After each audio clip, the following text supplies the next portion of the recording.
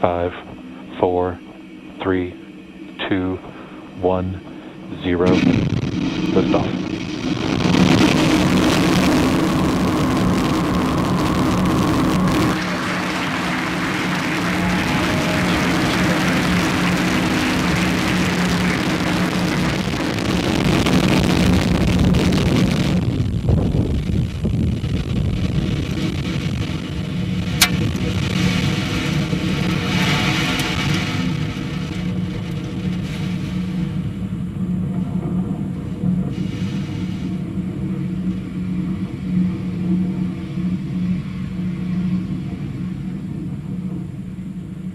What a beautiful view of Falcon 9 as it successfully lifts off from Pad 4E at Vandenberg Space Force Base, carrying our stack of 51 Starlink satellites to orbit.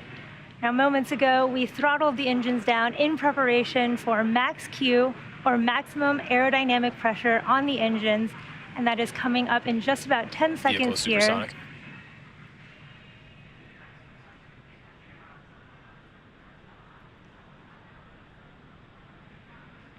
Max Q.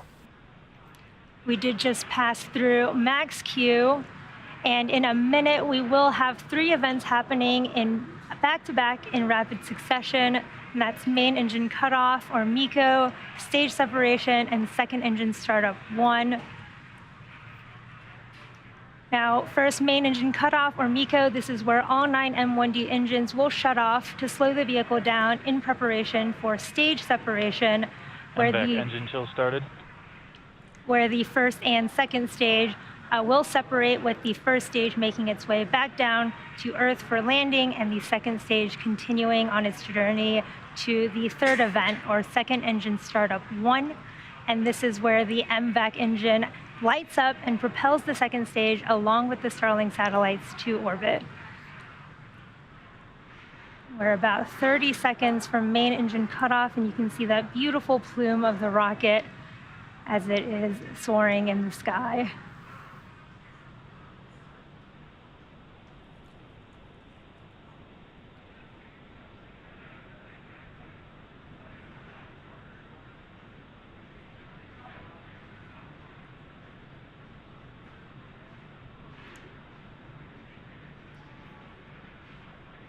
MECO.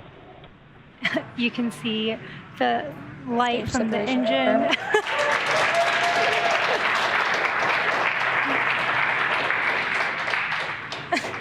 The light from that first stage engine cutoff. MVAC ignition confirmed. For main engine cutoff, you saw the successful stage separation, and the second stage engine has started up from those live views on your right there. That Fairing is separation confirmed. the Merlin vacuum engine, and here we are waiting for fairing separation. You can see that great view of the 2 fairing halves separating from the Starlink satellites.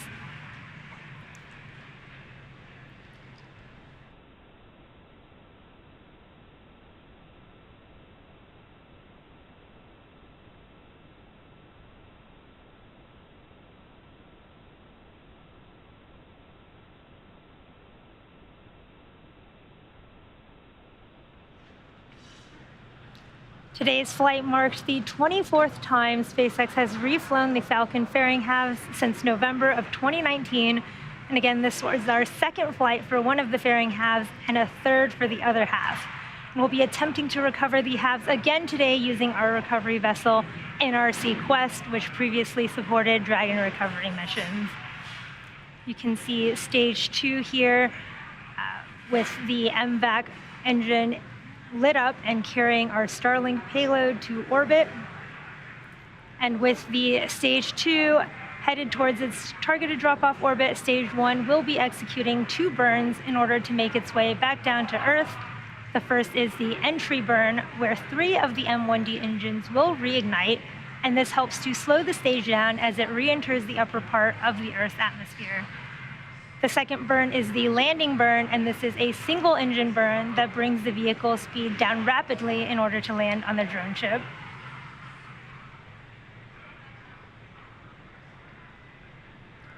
If you're just catching up with us, we had a successful launch of Falcon 9 from Vandenberg Space Force Base, Slick 4E, and you're looking at a live view of Falcon 9's second stage as it delivers our Starlink payload to orbit.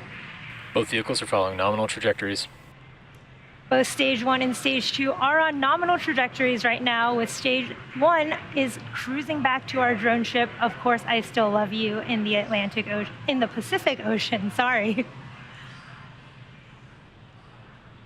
As a reminder, today's mission marks the 10th flight for this particular booster, the second flight for one fairing half, and the third flight for the other half. Reusability is critical to what we do at SpaceX. It allows us to refly the most expensive parts of the rocket, which in turn drives down the cost of space access.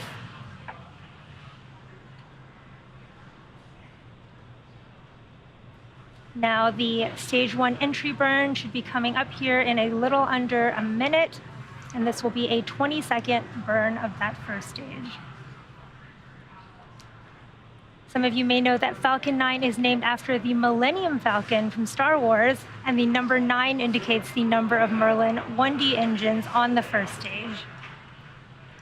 The Merlins on the first stage are optimized for sea level, and these achieve 190,000 pounds of thrust during ascent and descent, and the MVAC engine, or Merlin vacuum engine that you see on your screen right now, is optimized for 220,500 pounds of thrust in vacuum.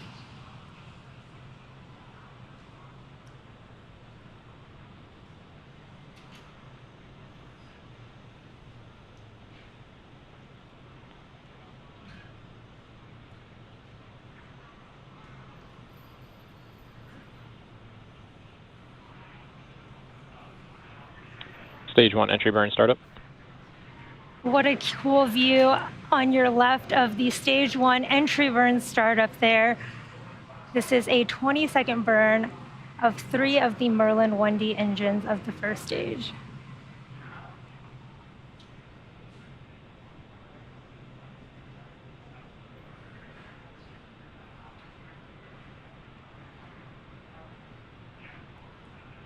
Stage 1 entry burn shutdown. We did Both have vehicles continue to follow nominal trajectories. Stage 1 FTS is saved. We did have a successful Stage 1 entry burn, and you can see those super cool live views from the Stage 1 there as it is re-entering the Earth's atmosphere.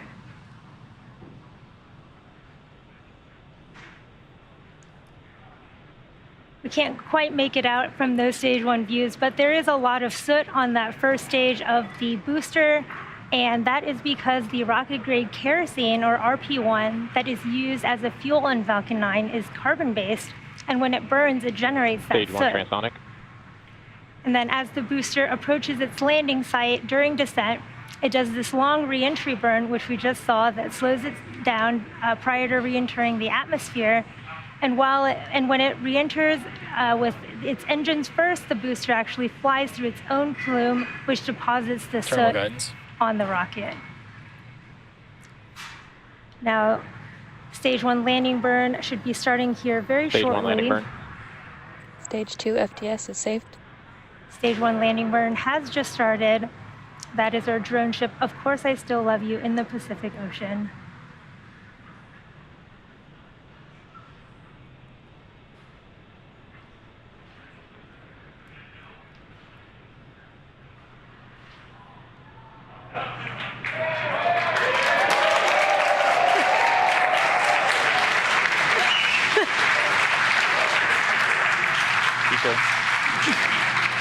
As you can see from that beautiful Stage 1 view landing confirmed. of Stage 1, having landed on our drone ship for the 10th time, this marks our 90th overall successful recovery of a Falcon 9 first stage and the Nominal orbit insertion. 24th successful launch of a Falcon 9. We just missed it, but we did have a successful second engine cutoff 1 and a confirmation of a good orbit. Up next, we will have a coast phase followed by the second burn of our second stage engine. These additional burns allows us to modify the orbits of our payloads more efficiently than launching directly into the final orbit. So today, our second stage will coast for about 35 minutes until we reach apogee, or the highest point of the orbit, where we will conduct that second stage burn.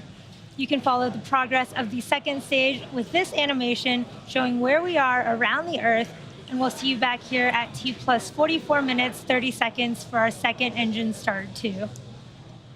Welcome back to our broadcast for our Starlink mission. If you're just joining us, a quick recap of today's mission. We had a successful liftoff from Vandenberg Space Force Base at 8:55 p.m. Pacific time. We then had a successful stage separation, recovered our first stage. Acquisition of signal, Punta Arenas. After its 10th flight on our drone ship, Of Course I Still Love You. Fully confirmed. And had a successful second stage MVAC startup. And of course, we just had confirmation of a successful Starlink deploy. Again, this deploy happened some minutes ago, but we were waiting for that ground station coverage, which we just got to confirm that deployment. And now these satellites will begin to slowly separate from the second stage. They actually have already separated, and over the course of the next few days and weeks, they will distance themselves from each other and use their onboard ion thrusters to make their way to their operational orbit. And with that, that brings today's webcast to a close. Thank you to the Range and Federal Aviation Administration for supporting today's mission. And of course, thank you to all of our viewers and all of our Starlink customers for using our beta service at this time. If you're interested in being a part of our beta program, head over to starlink.com and sign up. Hope you enjoyed the webcast today, as always, and we'll see you soon.